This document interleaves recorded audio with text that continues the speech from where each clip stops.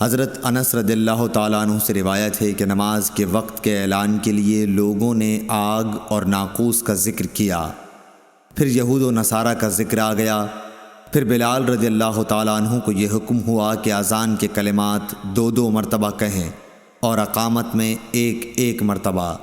صحیح بخاری حدیث نمبر 603۔ نافع نے خبر دی کہ عبداللہ بن عمر رضی اللہ تعالیٰ عنہ کہتے تھے کہ جب مسلمان ہجرت کر کے مدینہ پہنچے تو وقت مقرر کر کے نماز کے لیے آتے تھے، اس کے لیے اذان نہیں دی جاتی تھی۔ ایک دن اس بارے میں مشورہ ہوا، کسی نے کہا نصارہ کی طرح 1 گھنٹہ لے لیا جائے، اور کسی نے کہا کہ یہودیوں کی طرح نرسنگا بگل بنا لو، اس کو پھونک دیا کرو۔ لیکن حضرت عمر رضی اللہ تعالیٰ عنہ نے فرمایا کہ کسی شخص کو کیوں نہ بھیج دیا جائے جو نماز کے لیے پکار دیا کرے۔ اس پر حضرت صلی اللہ علیہ وسلم نے اسی رائے کو پسند فرمایا اور بلال سے فرمایا کہ بلال اٹھ اور نماز کے لیے اذان دے۔ صحیح بخاری حدیث نمبر 604۔ ایوب سختیانی نے ابو قلابہ سے انہوں نے انس رضی اللہ تعالیٰ عنہ سے روایت کیا ہے کہ حضرت بلال کو حکم دیا گیا کہ اذان کے کلمات 2 مرتبہ کہیں اور سوا قد قامت الصلاۃ کے تکبیر کے کلمات 1 دفعہ کہیں۔ صحیح بخاری حدیث نمبر 605۔ حضرت انس بن مالک رضی اللہ تعالیٰ عنہ سے روایت ہے کہ جب مسلمان زیادہ ہو گئے تو مشورہ ہوا کہ کسی ایسی چیز کے ذریعے نماز کے وقت کا اعلان ہو جسے سب لوگ سمجھ لیں۔ کچھ لوگوں نے ذکر کیا کہ آگ روشن کی جائے یا نرسنگا کے ذریعے اعلان کریں، لیکن آخر میں بلال کو حکم دیا گیا کہ اذان کے کلمات 2 دفعہ کہیں اور تکبیر کے 1 دفعہ۔ صحیح بخاری حدیث نمبر 606۔ انس بن مالک رضی اللہ تعالیٰ عنہ سے روایت ہے کہ بلال کو حکم دیا گیا کہ اذان کے کلمات 2 دفعہ کہیں اور تکبیر میں یہی کلمات 1 دفعہ۔ اسماعیل نے بتایا کہ میں نے ایوب سختیانی سے اس حدیث کا ذکر کیا تو انہوں نے کہا مگر لفظ قد قامت الصلاۃ 2 ہی دفعہ کہا جائے گا۔ صحیح بخاری حدیث نمبر 607۔ ابو ہریرہ رضی اللہ تعالیٰ عنہ سے روایت ہے کہ نبی صلی اللہ علیہ وسلم نے فرمایا جب نماز کے لیے اذان دی جاتی ہے تو شیطان بھاگتا ہوا بڑی تیزی کے ساتھ پیٹھ موڑ کر بھاگتا ہے تاکہ اذان کی آواز نہ سن سکے، اور جب اذان ختم ہو جاتی ہے تو پھر واپس آ جاتا ہے، لیکن جو ہی تکبیر شروع ہوئی وہ پھر پیٹھ موڑ کر بھاگتا ہے۔ جب تکبیر بھی ختم ہو جاتی ہے تو شیطان دوبارہ آ جاتا ہے اور نمازی کے دل میں وسوسے ڈالتا ہے، کہتا ہے کہ فلاں بات یاد کر، فلاں بات یاد کر۔ ان باتوں کی شیطان یاد دہانی کراتا ہے جن کا اسے خیال بھی نہ تھا، اور اس طرح اس شخص کو یہ بھی یاد نہیں رہتا کہ اس نے کتنی رکعتیں پڑھی ہیں۔ صحیح بخاری حدیث نمبر 608۔ امام مالک نے عبد الرحمن بن عبداللہ بن عبد الرحمن بن ابی صعصعہ انصاری سے خبر دی، پھر عبد الرحمن مازنی اپنے والد عبداللہ سے بیان کرتے ہیں کہ ان کے والد نے انہیں خبر دی کہ حضرت ابو سعید خدری رضی اللہ تعالیٰ عنہ صحابی نے ان سے بیان کیا کہ میں دیکھتا ہوں کہ تمہیں بکریوں اور جنگل میں رہنا پسند ہے، اس لیے جب تم جنگل میں اپنی بکریوں کو لیے ہوئے موجود ہو اور نماز کے لیے اذان دو تو تم بلند آواز سے اذان دیا کرو، کیونکہ جن و انس بلکہ تمام ہی چیزیں جو مؤذن کی آواز سنتی ہیں قیامت کے دن اس پر گواہی دیں گی۔ حضرت ابو سعید رضی اللہ تعالیٰ عنہ نے فرمایا کہ یہ میں نے نبی صلی اللہ علیہ وسلم سے سنا ہے۔ صحیح بخاری حدیث نمبر 609۔ حضرت انس رضی اللہ تعالیٰ عنہ سے روایت ہے انہوں نے نبی کریم صلی اللہ علیہ وسلم سے کہ جب نبی کریم صلی اللہ علیہ وسلم ہمیں ساتھ لے کر کہیں جہاد کے لیے تشریف لے جاتے تو فوراً ہی حملہ نہیں کرتے تھے، صبح ہوتی اور پھر آپ انتظار کرتے، اگر اذان کی آواز سن لیتے تو حملے کا ارادہ ترک کر دیتے، اور اگر اذان کی آواز نہ سنائی دیتی تو حملہ کرتے تھے۔ انس نے کہا کہ ہم خیبر کی طرف گئے اور رات کے وقت وہاں پہنچے۔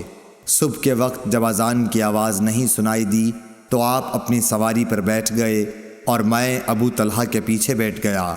چلنے میں میرے قدم نبی صلی اللہ علیہ وسلم کے قدم مبارک سے چھو جاتے تھے۔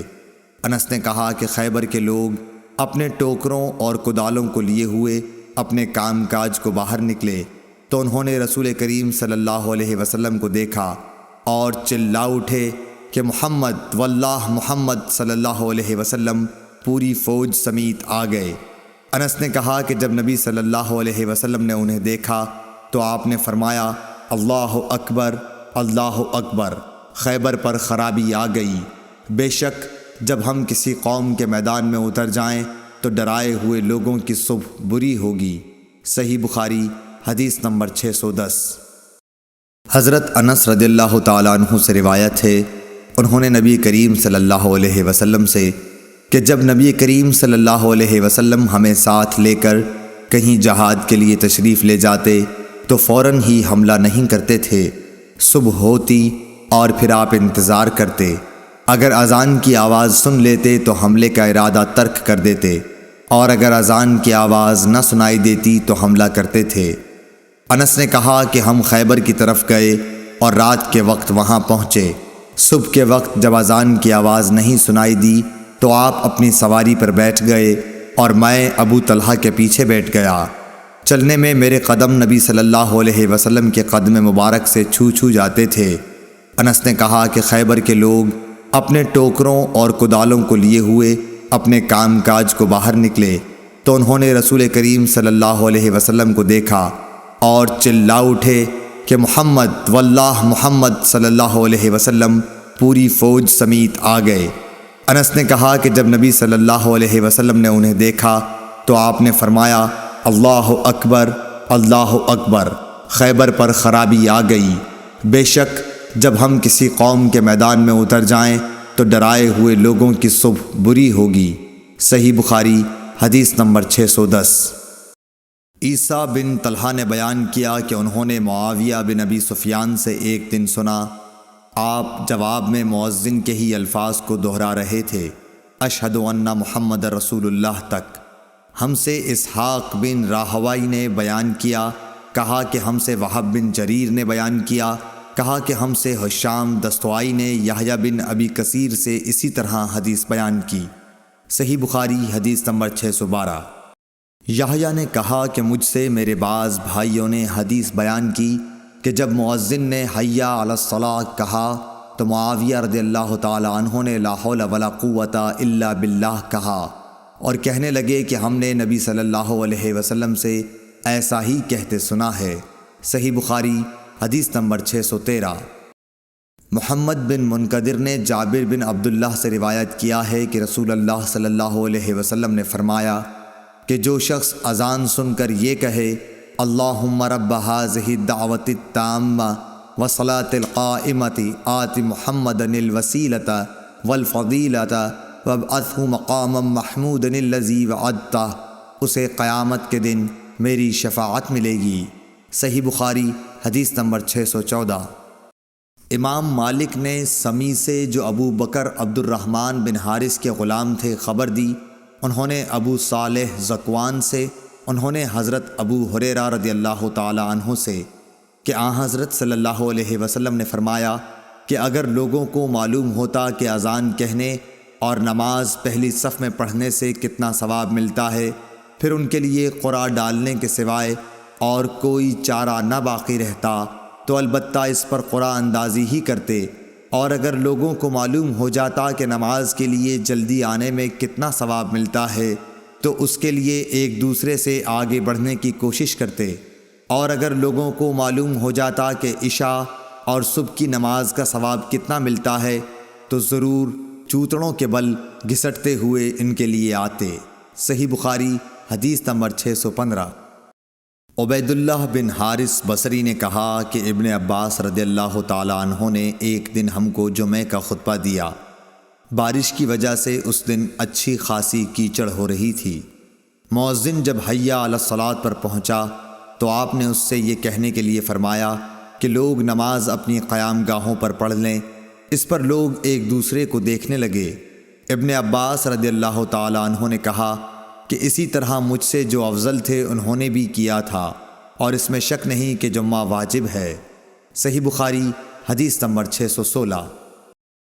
سالم بن عبداللہ بن عمر رضی اللہ تعالی عنہ نے اپنے والد عبداللہ بن عمر رضی اللہ تعالی عنہ سے روایت کیا ہے کہ رسول اللہ صلی اللہ علیہ وسلم نے فرمایا کہ بلال تو رات رہے اذان دیتے ہیں، اس لیے تم لوگ کھاتے پیتے رہو یہاں تک کہ ابن مکتوم اذان دیں۔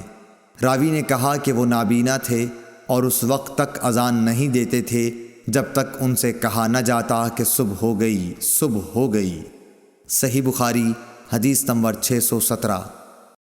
عبداللہ بن عمر رضی اللہ تعالی عنہ نے کہا، مجھے ام المومنین حضرت حفصہ رضی اللہ تعالی عنہا نے خبر دی کہ رسول کریم صلی اللہ علیہ وسلم کی عادت تھی کہ جب مؤذن صبح کی اذان صبح صادق کے طلوع ہونے کے بعد دے چکا ہوتا تو آپ اذان اور تکبیر کے بیچ نماز قائم ہونے سے پہلے 2 ہلکی سی رکعتیں پڑھتے۔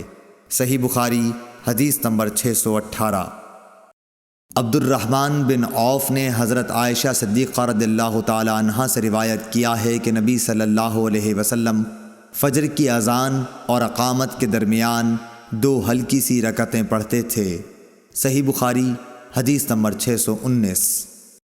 عبداللہ بن دینار نے حضرت عبداللہ بن عمر رضی اللہ تعالی عنہ سے روایت کیا ہے کہ رسول کریم صلی اللہ علیہ وسلم نے فرمایا، دیکھو بلال رات رہے میں اذان دیتے ہیں، اس لیے تم لوگ سحری کھا پی سکتے ہو جب تک ابن مکتوم اذان نہ دیں۔ صحیح بخاری حدیث نمبر 620۔